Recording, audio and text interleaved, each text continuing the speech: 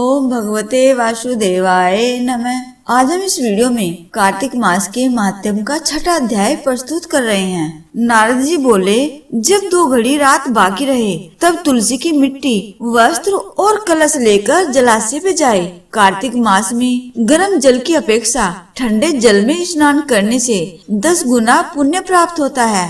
उससे 100 गुना पुण्य कुएं के जल में स्नान करने से प्राप्त होता है। उससे अधिक पुण्य बावड़ी में और उससे अधिक पोखर में स्नान करने से प्राप्त होता है।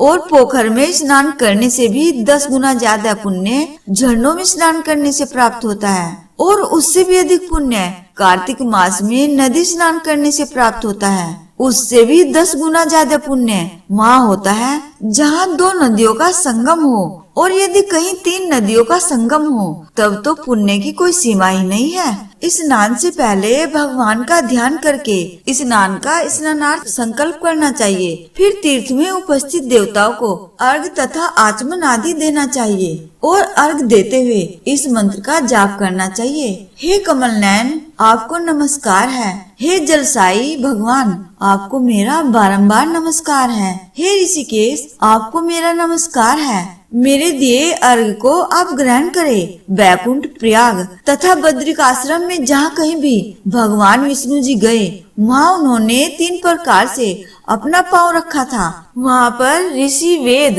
यज्ञों सहित सभी देवता मेरी रक्षा करते रहे।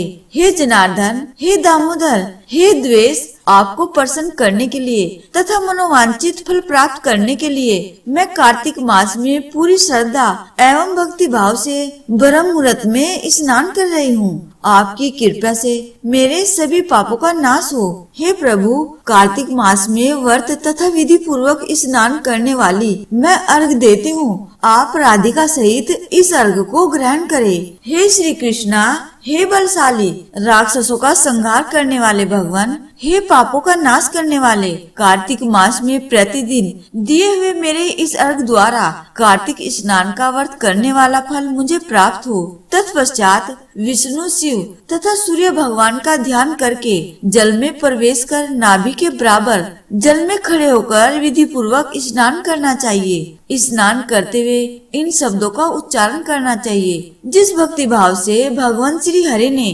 देवताओं के कार्य के लिए 3 प्रकार का रूप धारण किया था, वहीं पापों का नाश करने वाले भगवान विष्णु जी अपनी कृपा से मुझे पवित्र बनाए। जो मनुष्य भगवान विष्णु जी की आज्ञा से कार्तिक मास में व्रत करते हैं उनकी इंद्र आदि सभी देवता रक्षा करते हैं। इसलिए वह मुझे पवित्र करें। बीजों, रहस्यों तथा यज्ञों सहित वेदों के मंत्र, कश्यप आदि ऋषि, इंद्र आदि देवता मुझे पवित्र करे। अदिति आदि सभी नारियां, यज्ञ, सिद्ध, सर्प और समस्त औषधियां वह तीनों लोकों के पार मुझे पवित्र करे।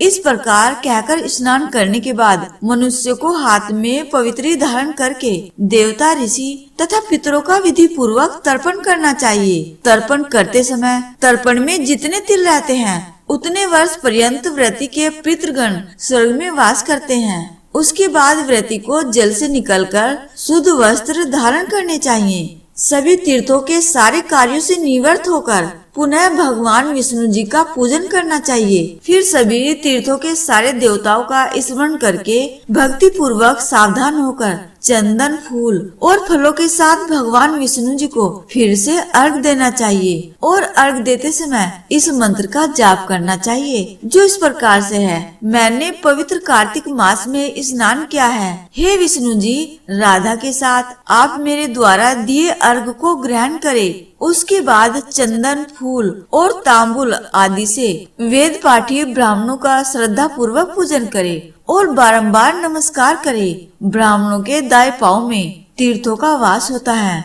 मुंह में वेद और समस्त अंगों में देवताओं का वास होता है। अपने कल्याण की इच्छा रखने वाले मनुष्य को इनका न तो अपमान करना चाहिए और न ही इनका विरोध करना चाहिए। फिर एकाग्रचित होकर भगवान विष्णु जी की प्रिय तुलसी जी की पूजा करनी चाहिए। फिर तुलसी जी की परिक्रमा करके उनको प्रणाम करना चाहिए। हे देवी, हे तुलसी, देवताओं ने ही प्राचीन काल में तुम्हारा निर्माण किया है और ऋषियों ने तुम्हारी पूजा की है।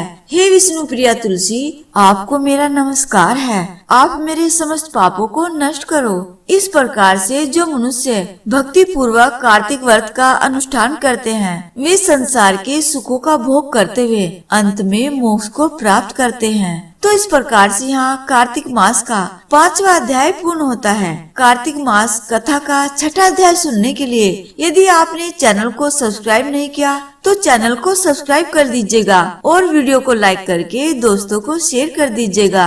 बोलिए श्री कृष्ण भगवान की जय।